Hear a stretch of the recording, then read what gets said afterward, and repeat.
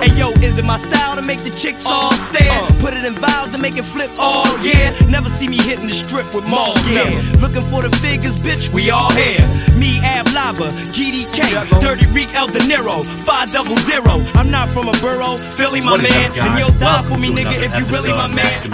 I'm going to talk to you guys today about a fragrance that I love, and one that I've had on my to-purchase list for well over a year, but I wanted to get this fragrance either in fall or winter, and the price kept me away a little bit too. But this is one that I sampled on a sample shopping episode and really enjoyed. This is called Tonka Imperiale, and the house is Guerlain. Now, many of you know my affection for Guerlain. It is one of the 6 designer houses that I collect, along with Chanel, Dior, YSL, Hermes, and Mugler. Many people don't consider Guerlain designer because they actually don't make clothing, but that's a bigger argument. You know, I consider their department store releases to be in the designer category. If you want some house backstory, please watch the video that I did on L'Instant de Guerlain last year. For me, this is bottle number 6 from the house. I also have L'Instant de Guerlain, Imperiale, Heritage, and the EDP of Habit Rouge, and many more on my to purchase list. You know, from their female releases, I want Shalimar, I want Mitsuko.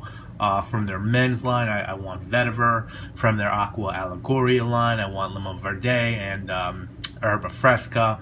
I just really want to get more fragrances from this house.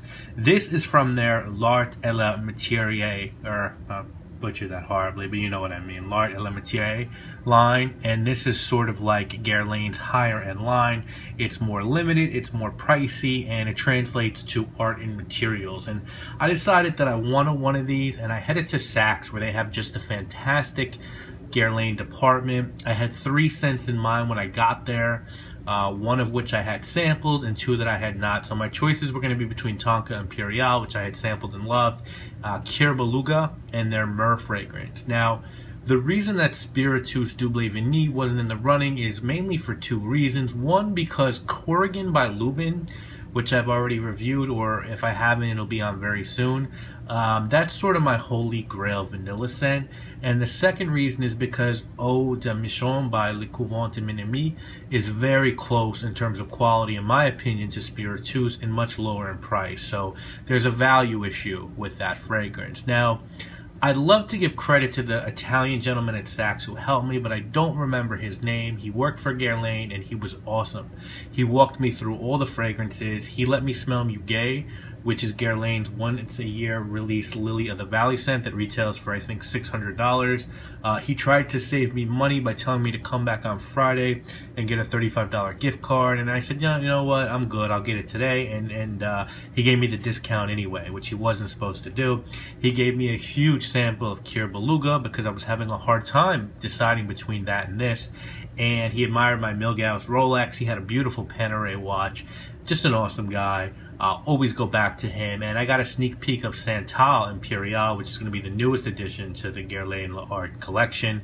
That will be out in the winter, from what I'm told. So, great experience. And if you will watch my review of Penhaligon's Biolia, completely opposite experience. And I bought Biolia in the same store.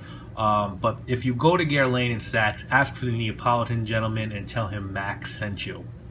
Now, before we talk about Tonka Imperiale, let's talk about why I chose Tonka Imperiale. You know, already went over why I didn't want to get Spiritus. The Myrrh fragrance was excellent, but I pretty recently bought Memento by Min, and that's a great Myrrh fragrance. And I plan on getting my first Armani Privé fragrance soon, and I've heard that their Myrrh scent is just exquisite, so I just couldn't reason paying big bucks for another Myrrh scent at the time. Now, Kir Beluga is awesome. It's a soft vanilla and leather fragrance. I loved it. He layered that for me with Tonka Imperiale on my arm, and holy fucking shit, guys, it was amazing. But what kept me away from Kir Beluga was because I recently checked out Kir Canage, the new Dior Privé fragrance, and I really liked that. So I figured I just bought Le Yucca Wam about a month ago. I'm gonna buy Kir Canage, so I didn't want to get Kir Beluga. I haven't really bought a great gourmand in a while, and I wanted a great gourmand. Last fall and winter, the gourmand that I really leaned on was Amber Narguilé by Hermes, and I wanted to lean on a different one this fall and winter, so I did choose Tonka Imperiale. I've tried to see if they had a bottle of Iris Ganache stashed somewhere, but they didn't, so Tonka Imperiale it is. Now, the fragrance come in one size. It's a 75 ml EDP for $260, and it was a 2010 release by in-house perfumer Terry Wasser. Notes on this fragrance are tonka, rosemary, spices, white honey, vanilla, almond, woody notes, amber, and tobacco. And the bottle, the box, which is huge, is just gorgeous.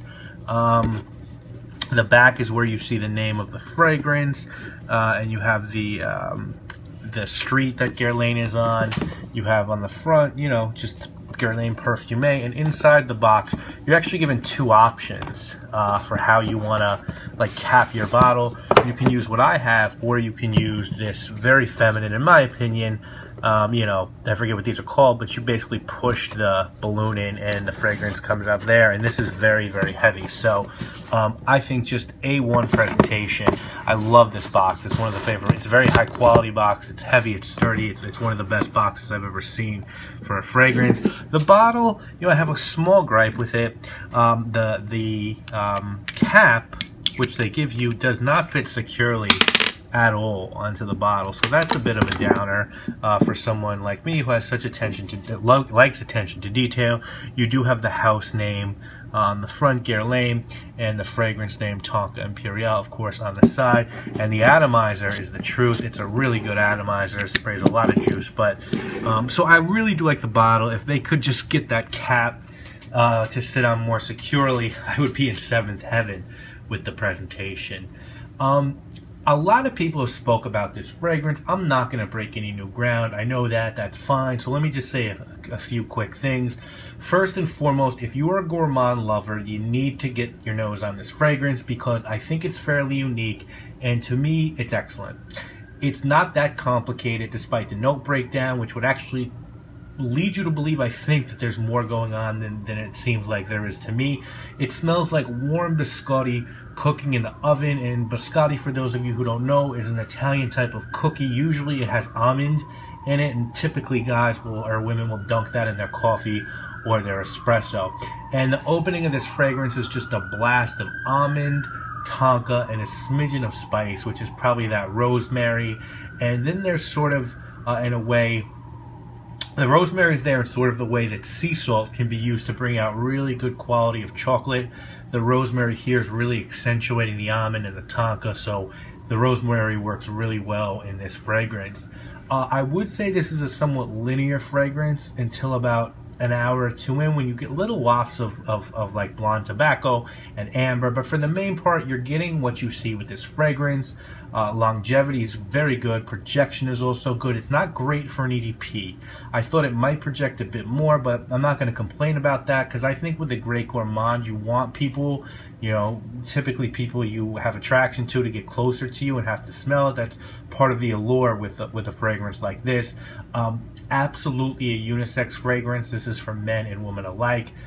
If anything, I think this is more feminine than masculine, but like a guy who loves Dior Homme should have no problem wearing this scent.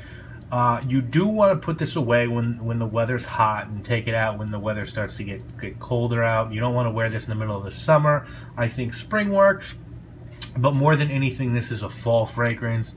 I think that's when this scent is really going to shine. Fall and winter as well. Occasion-wise, this is a great night out fragrance, a great date fragrance, or just a great casual weekend fragrance. I mean, what a fragrance to wear on the weekends, and really what a great date and romantic and night out scent. I promise you, you will turn heads with this fragrance. So, rating this one, well, for me, guys, this is an 8 out of 10. The price is a little bit prohibitive, but I think you get what you pay for in terms of quality, and it's not a beast mode fragrance, but that's all I can say that's not perfect about this fragrance. For me, it hasn't knocked down Amber Narguilé is my favorite fall gourmand, but it's right there, and I could see this taking over. And the takeaway here for me is that I continue to just be bowled over by what Guerlain does. While this is only fragrance number 6 for me from the house, I have a long way to go. I need so many from this house to really feel like I have a good Guerlain collection. You know, I could name 10, 15 fragrances I want from them and still not be where I want to be in terms of owning enough Guerlain. There's just so much to explore within the house, and if you're ever at a point where you feel like you've seen and done it all in fragrance, go see my man at Guerlain and let him show you some of the layering combinations and some of the stash stuff that he has. It's such a great house. You know, I love Dior, but this is starting to take over as my #1 house. The history and the people and the catalog is just so top notch, and I can't wait to check out Tonka Imperiale in full and add Kier Beluga to my collection, and hopefully one day find an affordable bottle of Iris Ganache. So now, a new feature that I'm going to add to all reviews coming up, these will be in every review you see unless I've already filmed it and taped it, so there are a few that won't have it, is I'm going to do 3 things at the end of my video. First, I'm going to tell you, are there alternates where you can get this experience if you can't get this scent, and then I'm going to tell you what someone would tell you to sell this scent, and then I'm going to tell you what someone would tell you to not have you buy this scent. So anything that gives you this experience, well, some people are saying, oh, my deal by Guerlain has that amaretto vibe, though I haven't smelled it yet, so I can't comment on that. I have smelled Orgasmo by Hildy Soliani and La Basier du Dragon by Cartier, and both do have an amaretto sweet almond vibe. They're different, but if you're looking for this experience, you can check those fragrances out. What someone would probably say to you to sell you on this is that they'd say you're buying a fragrance from a house that's often looked at as the best in the business. The presentation is beautiful, and as far as gourmands go, you're looking at one that's top in its class. What someone would tell you to not get you to buy this fragrance is they'd say the fragrance probably isn't complex enough to justify a near $300 price tag for 75 ml. The cap doesn't fit on it for $300, which is ridiculous, and it's maybe someone else, they might also say it's too simple of a fragrance for $300, not complex enough, or they might say that for a guy this is too feminine. So that's what I'm adding to the end of every review. I love it. I'm so happy it's in my collection. And don't be surprised if you see it in the starting lineup video this fall or winter. I'm Maximilian. Anytime he round, I get paid up front. Even stand like a man, don't get laid like a chump. Once you catch a body, you can never chill again, man. Y'all bitch niggas gon' make me kill again, man. Wise little nigga with some diligent plans. Mommy say I'm low.